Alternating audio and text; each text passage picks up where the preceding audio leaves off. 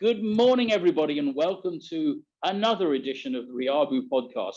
RIABU, be first in line to get paid. There's never been a better time to think about receivables. We've got chaos, we've got interest rates going up everywhere. If you're borrowing money to fund working capital, now might be a good time to get that cash off your customers. I'm absolutely delighted to welcome Anto Baby, who, for his sins, is stuck in Korea. I think Anto, you've been trying to get to Singapore for a while. Is that right? Absolutely.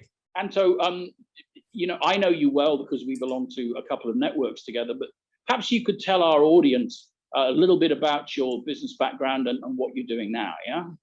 All right. Thanks, Simon. A very good morning to everybody. So I'm Anto. I am based out of Korea. I work for a leading Medtech company, and I'm the country head of finance for a close to $200 million business here. And I'm very delighted to be sharing this time with Simon, who's going to talk about a very critical topic, which is in the back of every CFO in the last 2 years, especially with the pandemic. Anto, let's go back because you've got quite a storied career. When did you first become aware, and in what circumstance, that accounts receivable is an issue? In my previous role, I was in a regional role. In a regional role, you roll up 10, 12 countries, and account receivable is not always the top of the mind unless something has gone wrong really badly. It has been from a region or a global point of view, account receivable is something, it's one of the metrics they always look at, but it's not something they pay as much close attention to. But when we are a lot more closer to the business at a local level, and when you're interacting with customers day in, day out, account receivable becomes a critical part of our daily conversation. It's interesting to me because my very first assignment in Asia 30 years ago was actually in Seoul, where I had a tech client, a very well-known global company that had a year's receivables, 360-day DSO, mainly with distributors. Can you share, without giving too much away, what sort of receivables challenges you face in Korea? Sure. So I work in the medical sector, medical pharma sector, in which we are dealing with highly educated doctors who are running successful businesses. So they do understand how to run a business. They do understand the concept of invoicing, collection, etc. So the struggle for us usually is one is making sure that the data is accurate. The customer will have an expectation of a certain invoice amount for every month. And if there's something of a deviation of it, there's always a dispute which we need to sometimes resolve on.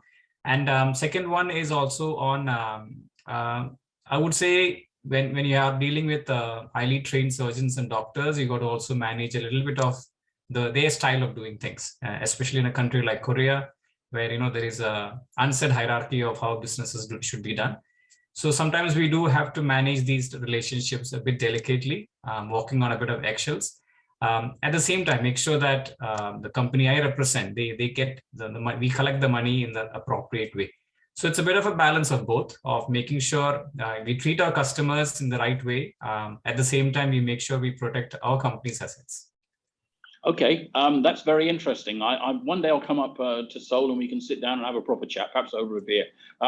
You were kind enough to take a look at our book, Let the Cash Flow. Let the Cash Flow, everybody, is intended to be good practical advice for any CFO or any business leader on how to change your relationship with the customer so you can be first in line to get paid.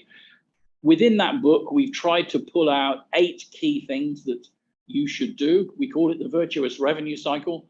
You took a critical look at this, Anto, based on your experience. Are there any parts of the virtuous revenue cycle that particularly struck you? This is a great book, Simon. I think this is one element of business operations which not many people talk about. So the way you have framed it, the virtuous revenue cycle, and the 8 elements of it rung a lot of bell to me. And I think 2 specific aspects probably stuck out to me a lot more. The one on proactive customer service model. I think we usually look at customers as, that's the job of the sales guys to manage, and that's it. We are in the back office in finance, and we don't need to worry too much about it. Now, here is where the word proactive comes in play. It's not reactive, it's proactive. getting on the front foot, talking to the customer, saying we do business with you, we help you do the, in our case, help patients.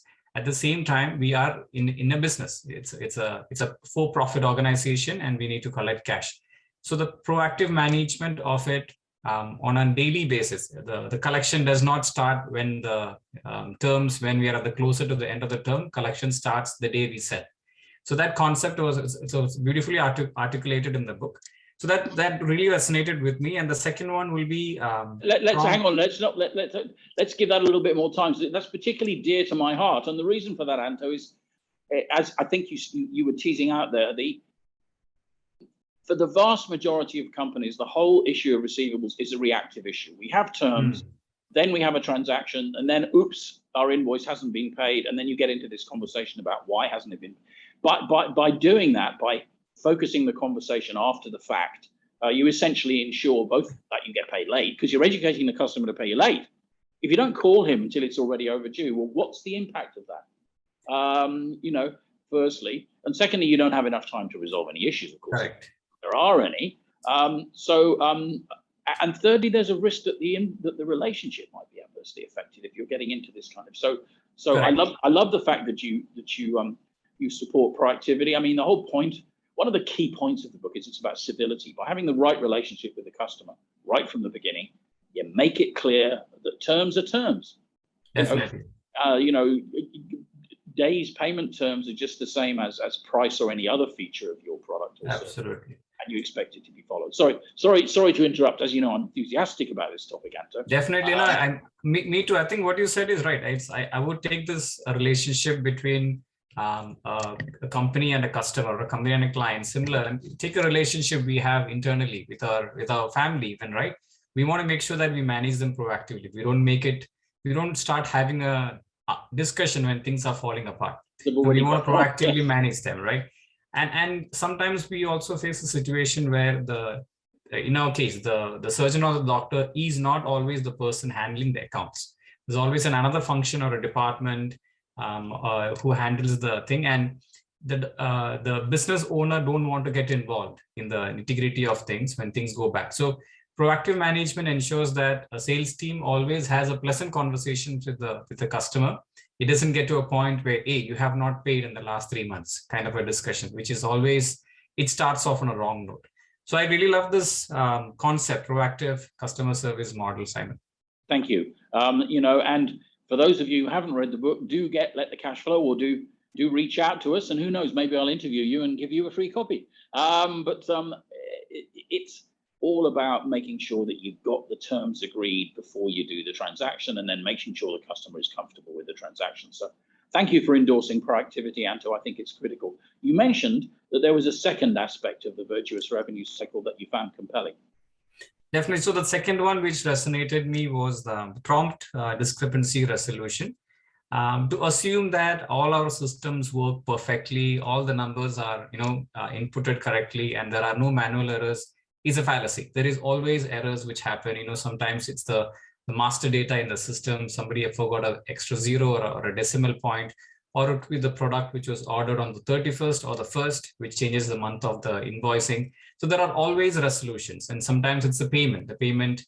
They may thought they sent it, but the payment has not gone through, stuck at the bank level. So there's dispute resolution is an integral part of collection. To assume that dispute is a one-off thing, it's not true. It happens every day, and it happens even with the best of the intentions on both sides. So this talks about a prompt discrepancy resolution. Sometimes we let things fester. We think, oh, it'll fix with time, and sometimes it doesn't, and it snowballs, right? So this concept talks about making sure that if there is somebody's missing a data, somebody's missing the invoice, somebody's missing the right information which is made available to them at the right time.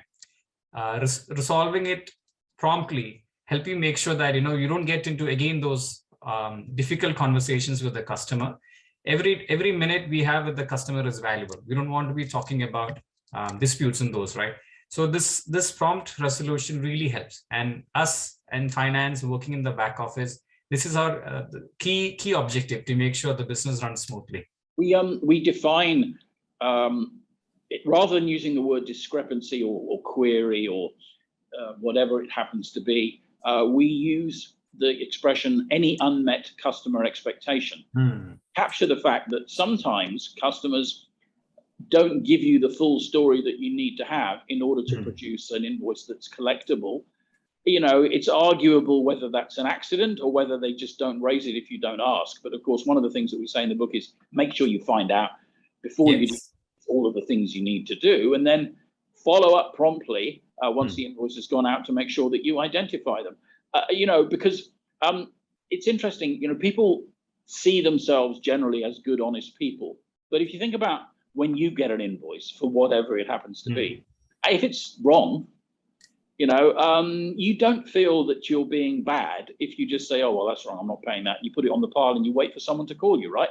Do you call them? Not very often. I mean, most invoices say, you know, let us know if there's an issue. Most people don't let you know if there's an issue.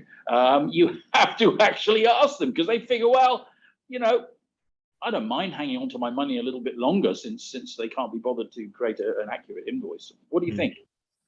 Absolutely. I think your story about, you know, when we receive invoices as individuals, on a personal level, a typical one is a credit card invoice, right? And something is wrong there. And as you said, sometimes we're like, oh, this, I didn't use it. It's not my, it's something is wrong. Why is it in there? And sometimes it is also as a receiver of this invoice with the wrong information. I feel like, hey, is the company trying to rip me off? Yeah, what's happening here? So it starts with it creates a negative cycle in the customer's or in the client's mind. So which is why if there is a very prompt way of resolving it and the person calls, naturally the person is probably upset that, hey, why are you charging me more? Now we manage it promptly saying, oh yes, let me take a look at it. Within a few hours, we come back and say, yes, I think there is probably this is the reason why it is so and so. Either we need a correction or a clarification. That helps make sure that the relationship is not bruised at all. And the customer is like, hey, the company was good. They resolved it. We can go back to doing business as normal. It's interesting that you pick the proactivity part and the discrepancy resolution part, because, you know, in the book, we treat them very much as being part of the same process. Because if you contact a customer very quickly after the invoice has gone out and you say, how are you doing? Did you get what you wanted? And so on and so forth. Some of the time, the customer is going to say, well, actually, since you mentioned it, no, we didn't get what we were supposed to get, or you got the price wrong, or the invoice doesn't mention our PO number, or any one of a range of things. And it follows that to get that invoice paid, you've got to then resolve the discrepancy in a timely fashion. Do you find that sometimes in your company, getting the discrepancy resolved involves engaging people outside finance? Definitely. I think, you know, supply chain and finance work very closely together. Supply chain, they are the ones who are responsible for the invoicing part, along with the finance. We work together. So whenever there are discrepancies in master data, for example, let it be the customer code or a tax code or the invoice number itself, we need to work very closely. Now, so in order for us to be prompt with the customer, it's also important that we are prompt among us within the company itself, and we make sure that we have a clear smooth running process internally to resolve these issues before we even go to the customer. So definitely we have to work with other functions, and that has to be a well-oiled mechanism, such a way that customers. You said something very interesting, which is you actually have to negotiate and agree that internal process with the associated service levels before you start doing business. And in fact, we have a whole framework for doing that in the book, which says, find out what your main discrepancy types are, figure out who has to resolve them, and what would be a reasonable time for them to get them resolved. You know, there's a good framework for that. Do look at the book. Do have a look at that. There's some interesting facts here, because we have a whole chapter on the Pareto, the 80-20 rule, as it's sometimes called. You'll find that 80% of your late payments are held up by 20% of your issues. In other words, if you take a list of your discrepancies, there might be 15 or 20 things that can go wrong. Typically, there'll be 3 or 4 that are responsible for most of delayed invoice payments. If you can nail those 3 or 4, and to do that, you've got to actually record them, right? That enables you to lead the change and prevent them happening in the first place. Definitely. I think what you said about internal processes is absolutely true, especially in this new world where a lot of the finance functions have been outsourced out of a country. So I sit in Korea, but I don't have every of the finance team in Korea. They are based in 2 or 3 locations around the world. So working remotely has its own challenges, working across cultures has its own challenges, even within an organization, right? So having that well-oiled mechanism put in place helps make sure that clear expectations between who is sitting in the service center in either in India or in Philippines or in Malaysia, and making sure that they understand how important it is to manage the customer's expectation well ahead in time. But if you internally have not written down which issues get resolved by who and how long they've got and where they sit and what their emails are and so on, then you can't give that to your outsourcing partner. So, I mean, it's interesting because we have in the next interview, which I'll be doing later today, what the CFO in question, CFO of a substantial American company, said when she read the book, well, a good book, but what if you outsource? This book could be quite a good manual because you really need to have everything that's in this book in place. Then you need to give that to your partner. And if you don't, including the proactivity, by the way, and I don't know any outsourced partners who do proactivity. The entire outsource model is based on if you haven't paid the invoice, we'll chase it up, by which time it's already late. So it's good that you mention outsource. As a matter of interest, are you looking at outsourcing some or part of your process, Anto? So we have the back end of it, the finance part of it, some of it has been kind of in-sourced, I would say, to another part of the world in our own company. And the collection itself, going with the customer and, literally, going with the credit card machine and collecting the money itself is actually outsourced in our company as of now, which we are looking at multiple options. What's the best model to go? In Korea, they have a few more advanced way of collection, and some of them are on automatic payments, which is beautiful. But it's still, we need to go around with the credit card machine sometimes, which can be very interesting. That's great. I at this point, I normally say, and I'm very interested in what you have to say, Anto, given you've been, where else have you worked apart from Korea, by the way? I started my career in Singapore, and I had most of my professional career has been in Singapore, and with a few stints on a small entrepreneurial work back in India, where I'm from. Okay, so you've been around a bit like all of us here. I mean, I've been here 30 years and I've worked in I don't know how many countries. Talking to someone else in another company who has receivables issues, is there any other advice you'd give them, Anto? I guess as finance, we are business partners, right? We have evolved into business partners. We are helping the business move forward. And our job is also to reduce the number of obstacles a business always has.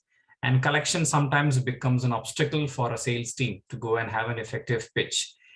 So our job is to make sure that we reduce the number of obstacles we have to run our business smoothly and the business grows as we have planned.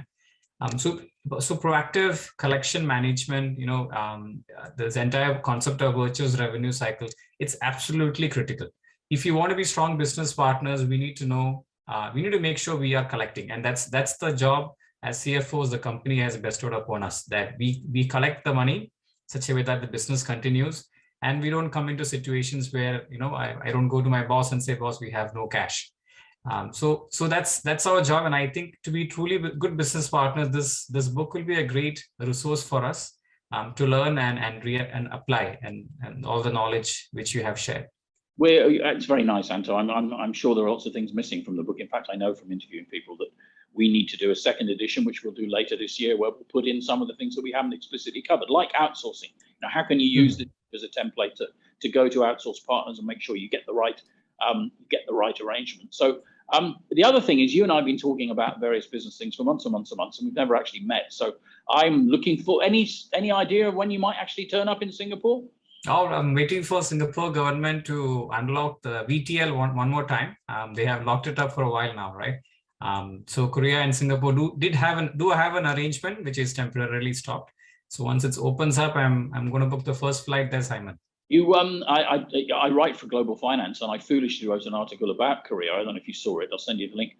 About a year and a half ago, after the first wave of COVID hit Seoul, it looked like Korea had done a really good job of dealing with it, but of course it all came back again far worse. So I foolishly wrote an article saying, that this was the paradigm for other countries to deal with. Never make a prediction when you write or speak in the media, because you absolutely guarantee you're going to regret it. So, Anto, many thanks for very kindly spending time with us today.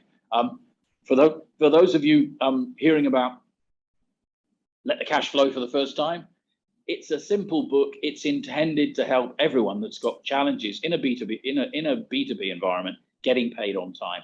Do give it a buy. Do read it. Do write to us, and let us know what you think.